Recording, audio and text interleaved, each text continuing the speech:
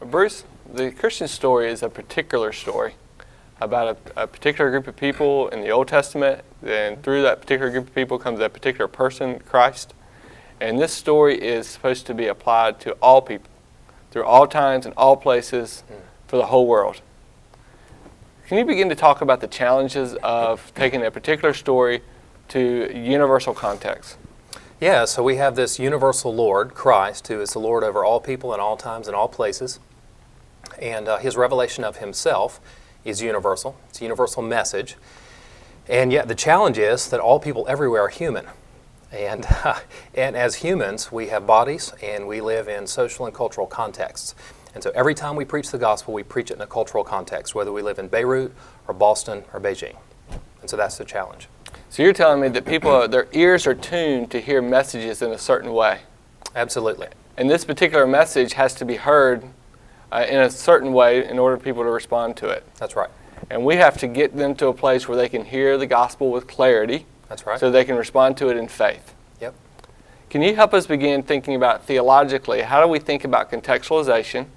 Okay. And how do we do contextualization in all these contexts, but do it in a way that's faithful to the message that we're trying to proclaim so people can hear it? Yeah. So normally I give 3 principles for contextualization. That contextualization, good contextualization, is faithful, meaningful, and dialogical.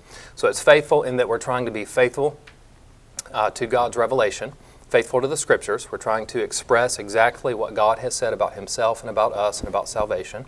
And then second of all, we want it to be meaningful. We want to communicate in a way that's meaningful for a particular context so that what we say is heard by the hearers in the way that we intended.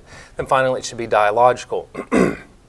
So by dialogical, I mean that we should continually be in dialogue with the Scriptures and in dialogue with the people with whom we're communicating, and if possible, in dialogue with Christians from other cultures and from other eras of church history.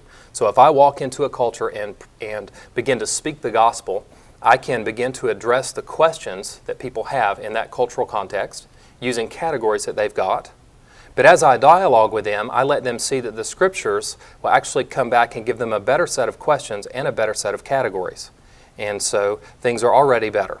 And then the other thing that I want to do, if I can, is to communicate with Christians from other cultures and from other eras of church history who can speak into that particular social and cultural context. And so together, the church as a whole, globally and historically, we help each other contextualize the gospel well.